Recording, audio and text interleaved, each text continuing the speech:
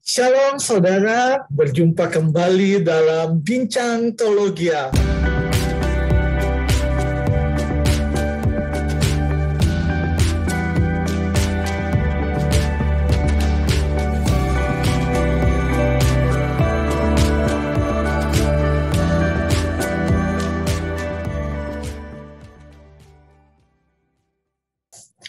Nah, Bapak Ibu Saudara, hari ini saya dengan Gideon akan kembali berdiskusi sebuah video yang sudah kami temukan dari akun YouTube yang bernama Jonathan Nandar. Nah, Bapak Ibu, di dalam video tersebut Nandar sedang berdiskusi dengan seorang Kristen. Ada beberapa poin yang mereka diskusi di situ, dan yang akan saya tanyakan kepada Gideon pada hari ini tentang poin tentang Muhammad yang katanya Nandar dinubuatkan di dalam Alkitab. Nah, halo bro. Ya bro, hari ini kita akan mendiskusikan, sebenarnya ini merupakan dua video yang berbeda. Jadi saya pengen kita berdiskusikan tentang Muhammad yang katanya Nandar dinubuatkan oleh Alkitab. Jadi dia punya sebuah video yang tadi saya bilang bahwa dia sedang berdiskusi dengan seorang Kristen, dan di video lain, yaitu video pendek, video TikTok gitu, dia menyatakan bahwa Muhammad dinubuatkan di dalam Alkitab dengan mengutip beberapa ayat. Nah, ini yang mau saya tanyakan, bro. Pertanyaan pertama, di dalam diskusi tersebut, Nandar mengutip dari Matius 21 ayat 42 dan 43. Saya akan baca, bro. Matius 21 ayat 42 dan ayat 43. Kata Yesus kepada mereka, "Belum pernahkah kamu baca dalam kitab suci, batu yang dibuang oleh tukang-tukang bangunan telah menjadi batu penjuru. Hal itu terjadi dari pihak Tuhan, suatu perbuatan ajaib di mata kita."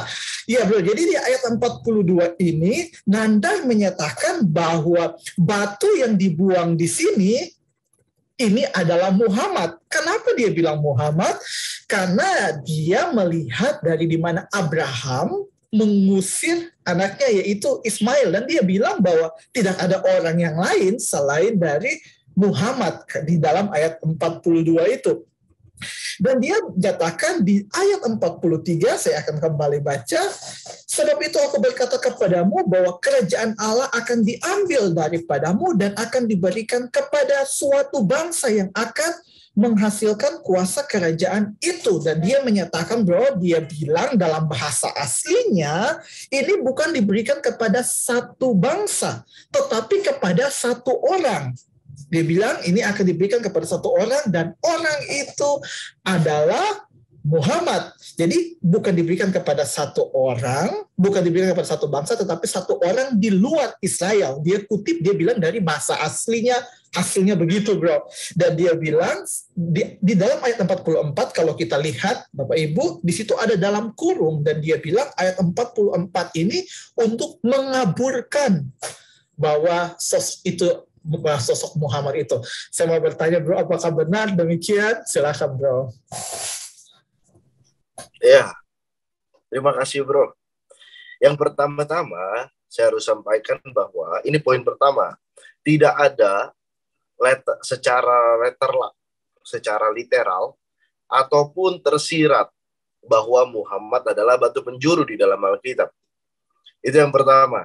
Jadi untuk Bapak Nandar, tolong jangan cocokmologi gitu ya, karena tidak ada secara tersurat maupun tersirat. Yang kedua, kita perlu memahami bahwa kalau Yesus di dalam Matius dia berkata tentang batu penjuru, kita harus lihat dulu. Yesus ini sebenarnya dia mengatakan kembali untuk menjelaskan poin yang ada di dalam Tanakh atau Perjanjian Lama. Nah, saya ada beberapa ayat yang saya akan bukakan. Yang pertama, mari kita di dalam Yesaya 28 ayat yang ke-16. Yesaya 28 ayat yang ke-16, demikianlah firman Tuhan. "Sebab itu beginilah firman Tuhan Allah, Sesungguhnya aku meletakkan sebagai dasar di Sion ya, sebuah batu yang teruji, sebuah batu penjuru yang mahal, suatu dasar yang teguh. Siapa yang percaya tidak akan gelisah. Jadi dikatakan di sini bahwa batu ini memiliki kriteria, yaitu dari Sion yang berada di Israel. Itu yang pertama kriterianya. Oke, dari kriteria yang pertama, apakah Nabi Muhammad dari Israel? Oke, yang kedua, kita lanjut. Lanjut ke dalam Zakaria 10. Zakaria 10 ayat yang ketiga dan keempat. Terhadap para gembala akan bangkit murkaku, dan terhadap kepala-kepala kawanan kambing aku akan mengadakan pembalasan. Sebab Yahweh semesta alam memperhatikan kawanan ternaknya, yakni kaum Yehuda, dan membuat mereka sebagai kuda keagungannya dalam pertempuran. Daripada mereka akan muncul batu penjuru, daripada mereka akan muncul patok kemah, daripada mereka akan muncul busur perang, daripada mereka akan keluar semua penguasa bersama-sama. Jadi ingat di sini tentang batu penjuru. Munculnya dari mana? Dari Yehuda. Apakah Nabi Muhammad berasal daripada Yehuda? Tidak. Jadi ini secara tersurat. Secara tersurat dari kriteria tempat saja tidak cocok. Dan kita lihat yang terakhir, Yesus mengatakan perkataan Daud. Mazmur 118 ayat 22 dan 23. Batu yang dibuang oleh tukang-tukang bangunan telah menjadi batu penjuru. Hal itu terjadi dari pihak Yahweh, suatu perbuatan ajaib di mata kita. Jadi batu penjuru ini itu bermakna kiasan, bukan batu benaran, bukan. Karena melalui batu penjuru ini ada keselamatan yang dilakukan dari pihak Yahweh terhadap manusia yang sejatinya memang membutuhkan keselamatan. Siapa manusia yang tidak butuh keselamatan? Coba. Adakah manusia yang bisa dengan amal dan perbuatannya mencari Allah dan menemukan Allah? Tidak ada yang bisa. Seluruh manusia membutuhkan keselamatan dulu. Dan setelah dibukakan keselamatan daripada Allah, maka manusia dapat memahami bagaimana kualitas-kualitas Allah. Sehingga hidupnya dapat beramal dan berbuat baik sesuai dengan keinginan Allah. Jadi jelas di sini batu penjuru ini berbicara tentang keselamatan. Sekarang di mana ada literatur, ya, dan juga secara maupun tersirat bahwa keselamatan datang dari Nabi Muhammad. Saya menghargai, saya yakin teman saya percaya kepada Nabi Muhammad. Ya, saya juga percaya bahwa beliau adalah orang yang hebat.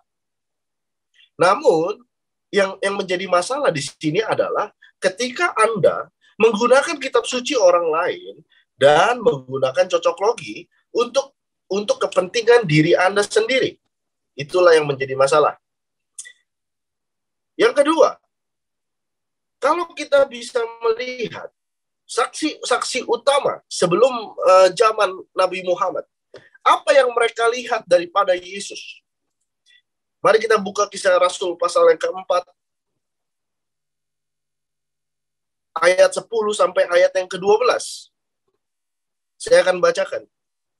Maka ketahuilah oleh kamu sekalian dan oleh seluruh umat Israel bahwa dalam nama Yesus Kristus, orang Nazaret, yang telah kamu salibkan, tetapi yang telah dibangkitkan Allah dari antara orang mati, bahwa oleh karena Yesus itulah orang ini berdiri dengan sehat sekarang di depan kamu. Maksudnya Petrus dan Yohanes. Ayat 11. Yesus adalah batu yang dibuang oleh tukang-tukang bangunan, yaitu kamu sendiri. Namun ia telah menjadi batu penjuru. Dan keselamatan tidak ada di dalam siapapun juga selain di dalam Dia. Sebab di bawah kolong langit ini tidak ada nama lain yang diberikan kepada manusia yang olehnya kita dapat diselamatkan. Jadi jelas di sini, mengapa Petrus dan Yohanes berkata Yesus adalah batu penjuru? Yang pertama, karena Yesus memenuhi kriteria apa yang dituliskan di dalam Perjanjian Lama atau Tanakh. Dia juga berasal daripada Yehuda, tumbuh besar di Nazaret. Dia juga adalah orang Yahudi. Dan juga terakhir, dia adalah orang pribadi yang memberikan keselamatan. Dari mana taunya? Karena di dalam Kejadian 2 ayat 16 dan 17, upah dosa ialah maut. Tetapi Yesus tidak dikuasai oleh maut. Yesus bangkit pada hari yang ketiga. Dan itu disaksikan. Dia naik ke atas surga. Dan itu disaksikan. Maut itu tidak berkuasa atas Yesus. Saya tanya, adakah Nabi Muhammad tempat kuburan yang masih dijaga sampai sekarang? Yes. Nabi Muhammad adalah orang yang hebat. Iya. Nabi Muhammad adalah orang yang gagah. Iya, saya setuju. Nabi Muhammad adalah orang yang teratur dan disiplin. Iya, saya setuju. Tapi permasalahannya adalah jika Anda mengesampingkan, menyelewengkan, menyimpangkan literatur Alkitab yang tidak sama sekali tertulis dan tertuju secara tersirat pun, itu adalah sebuah penistaan. Jadi di sini jelas bahwa mereka mengatakan batu penjuru adalah Yesus. Karena jelas bahwa tidak ada dosa yang berkuasa atas Yesus. Maka Yesus tidak dikuasai oleh maut. Sampai sini, seluruh pemenuhan kriteria dari batu penjuru dipenuhi oleh Yesus Kristus dan digenapi kualitasnya oleh Yesus Kristus. Jadi adakah ini berbicara tentang Nabi Muhammad? Tidak. Jadi saya rasa itu sudah cukup untuk menjadi kita pengertian saja, ya, untuk melihat sebagian dari kualitas Yesus yang dikatakan oleh perjanjian lama, dijanjikan oleh Allah. Kualitas-kualitas itu dipenuhi oleh Yesus. Dan masih banyak lagi. Tidak hanya masalah batu penjuru saja. Ingat, dia menjadi batu penjuru. Tadinya batu itu dibuang oleh orang Israel, disalibkan oleh orang Israel, oleh imam besar Kayafas dan orang-orang lain yang tidak bertanggung jawab, dan juga pihak dari Romawi. Dia dibuang, tapi dia membuktikan dia adalah batu penjuru, batu yang sangat besar sekali yang menyandung semua orang yang tidak percaya kepada dia, sehingga kesaksian dia bangkit itu menjadi sandungan bagi orang-orang yang tidak percaya. Dialah batu penjuru menurut Alkitab dan menurut firman Tuhan. Demikian, terima kasih, bro. Ya, bro. Pertanyaan yang kedua dari video yang berbeda dari video yang tadi saya tanyakan, bro. Jadi Randa punya video kedua, yaitu video pendek, yaitu sekitar beberapa detik, video dari TikTok, bro. Nah, di situ dia menuliskan bahwa Muhammad dinubuatkan di dalam Yesaya 42 ayat 1. Saya akan baca Yesaya 42 ayat 1. Lihat, itu hambaku yang kupegang, orang pilihanku, yang kepadanya aku berkenan. Aku telah menaruh rohku ke atasnya supaya ia menyatakan hukum kepada bangsa-bangsa. Dan dari video itu, bro, dia menuliskan bahwa di situ ada dituliskan kata Ahmad atau kata Muhammad. Bagaimana, bro, menanggapi hal tersebut? Iya, kembali yang pertama, kita harus melihat bahwa kalau ada kata pun benar di dalam seperti Kidung Agung, ya, yang sudah sering mereka gunakan lah, itu tentang memang ada kata-kata yang mirip, misalkan Mehmadib. Nah, itu harus dilihat gitu. Kalau itu kata kerja kan berarti bukan kata orang, bukan nama orang, bukan proper noun. Nah, itu harus dilihat gitu. Jadi kalau kata kerja itu bukan ditujukan kepada orang. Nah, kembali juga di Yesaya 42 ayat 1, nggak ada di sini berbicara secara tersurat maupun tersirat tentang Nabi Muhammad. Sekali lagi kita melihat, ya, lihat itu hambaku yang kupegang, orang pilihanku yang kepadanya aku berkenan. Kalau kita melihat di waktu yang ke depan setelah zaman nabi-nabi, siapakah yang mendapat perkenanan Tuhan secara langsung dan diperdengarkan kepada orang-orang? Yaitu saat Yesus dibaptis. Terdengarlah suara dari Allah Bapa di sorga. Inilah anak yang kukasihi, kepadanya lah aku berkenan. Selain itu ada nggak? Nggak ada. Dan itu disaksikan loh oleh orang itu. Kesaksian itu sah. 2 orang, 3 orang, atau bahkan di situ banyak sekali. Itu sah kesaksian. Dan suara itu diperdengarkan ketika Yesus keluar pada saat sudah dibaptis, dicelupkan, diselamkan, dan keluar. Suara itu diperdengarkan. Jadi kualitas tentang kepada aku berkenan ini ada pada Yesus. Aku telah menaruh rohku ke atasnya supaya ia menyatakan hukum kepada bangsa-bangsa. Kata menyatakan di sini adalah dialah yang melakukan sehingga dia menunjukkan yang benar gitu ya. Itulah menyatakan di dalam bahasa Ibrani ini. Maka di dalam Matius 12 kita buka sama-sama. Matius 12 mulai dari ayat 15. Saya akan bacakan. Tetapi Yesus mengetahui maksud mereka, lalu menyingkir dari sana. Banyak orang mengikuti Yesus dan maksudnya Yesus menyembuhkan mereka semuanya. Ia dengan keras melarang mereka memberitahukan bahwa siapa Yesus. Supaya genaplah firman yang disampaikan oleh Nabi Yesaya. Lihatlah itu hambaku yang kupilih, yang kukasihi kepada jiwaku berkenan. Aku akan menaruh rohku ke atasnya dan ia akan memaklumkan hukum kepada bangsa-bangsa. Ia tidak akan berbantah dan tidak akan berteriak. Dan orang tidak akan mendengar suaranya di jalan-jalan.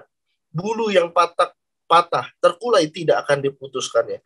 Dengan sumbu yang pudar nyalanya tidak akan dipadamkannya. Sampai ia menjadikan hukum itu menang. Dan padanya lah bangsa-bangsa akan berharap.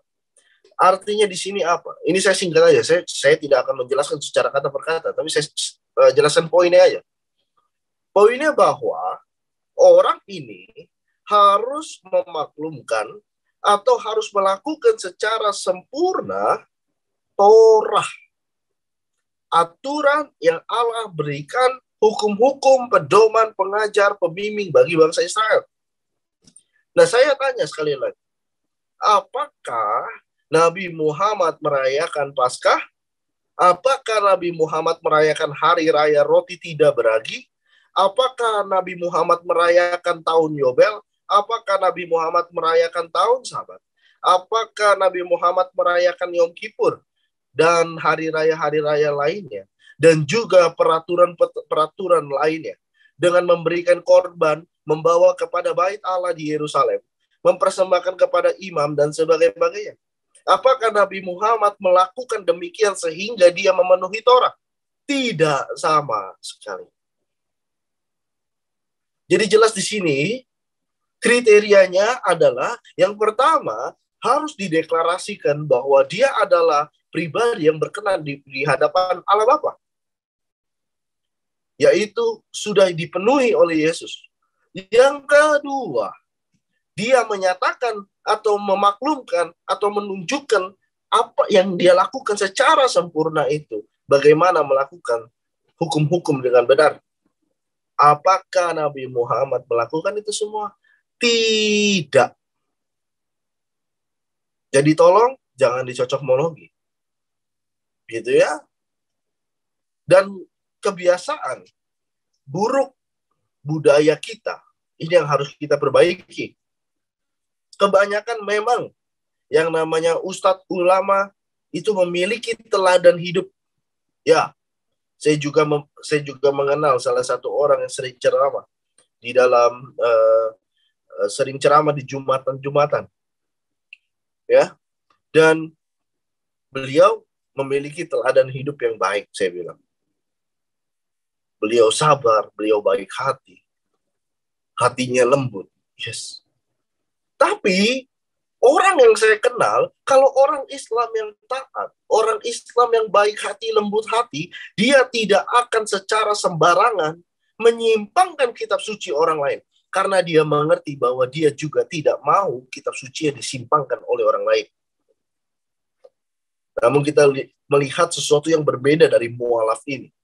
Menyimpangkan Alkitab terus-menerus. Kemarin ini ada Ustadz Yahya Waloni yang baru keluar dari penjara. Semoga Tuhan memberkati beliau. Beliau mendapatkan suatu perbaikan diri yang sangat baik di dalam penjara. Ya, kita sebagai orang Kristen doakan yang terbaik untuk beliau. supaya menjadi, kalau memang yakin dan memeluk Islam, peluklah Islam yang taat, jadilah orang yang baik dan berguna bagi bangsa dan negara. Mengasihilah tanpa memandang suku, warna kulit, dan sebagainya. Saya yakin sekali kalau orang-orang Islam yang taat tidak akan secara serampangan mengambil kesimpulan dan apalagi cocokmologi. Karena ketahuan sekali kalau orang cocokmologi itu tidak pernah melalui tahapan akademik. Orang yang tidak melalui tahapan akademik tidak mungkin dipercaya menjadi imam besar dan sebagainya, itu nggak mungkin. Nggak mungkin sekali. Nah, jadi bahayanya adalah untuk orang-orang di luar sana ya yang mendengar ceramahan dari Bapak Nandar ini, mereka akan terpengaruh sesuatu yang sebenarnya salah. Ya. Jadi ini harus jelas. Ini harus jelas. Hentikanlah cocokmologi dan sebagainya. Karena hanya akan menimbulkan sakit hati. Itu harus diperhatikan. Jangan jadikan title atau status mualafmu sebagai barang dagangan. Ya. Kalau engkau mendapatkan hidayah di dalam Islam, ya jadilah orang yang baik, jadilah orang yang menghormati, bertata krama dan sebagainya. Ya, jangan malah jadi pembuat onar, mencorengkan keimanan orang lain. Tidak pantas itu. Saya yakin juga kalau keimanan itu juga membuatmu semakin terang, kamu tidak akan berlaku demikian. Ya, ini untuk Bapak Nandar ya. Kapanpun Bapak Nandar ingin berbicara, kita bicara, kita lihat literaturnya aja. Jangan dicocokmologi. Oke bro, saya demikian. Ya, thank you bro. Dan apa yang sudah bro sampaikan kepada Nandar, saya berharap si Nandar bisa melihat video kita ini ya. Dan mungkin dia mau berdiskusi dengan kita, ya alangkah lebih baik lagi.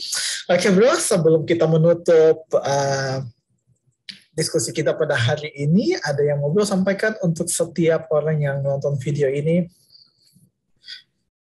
Ya, yang saya ingin sampaikan, biarlah Tuhan memberkati kita semua dengan kasih-Nya, di dalam kasih-Nya, dan juga Tuhan memberkati kita dalam segala pengetahuan dan pengertian yang benar tentang anak Allah yang tunggal dan Allah Tritunggal. Supaya kita semakin bertumbuh dalam iman dan kita mengerti konsep-konsep, kualitas, dan prinsip-prinsip dari ide gagasan yang telah Allah sampaikan kepada kita. Untuk kita sebagai manusia yang berdosa ini mengerti bagaimana untuk bersikap di hadapan Allah. Ya, demikian saja bro. Tuhan memberkati kita semua. Ya, thank you bro untuk hari ini sudah menjawab setiap pertanyaan. Untuk Bapak Ibu yang merasa diberkati dengan video ini, jangan lupa untuk share sebanyak mungkin untuk setiap orang yang Bapak Ibu kenal, supaya semakin banyak orang bisa mengerti tentang firman Tuhan, diberkati melalui video ini. Sampai ketemu lagi Bapak Ibu, Tuhan Yesus memberkati.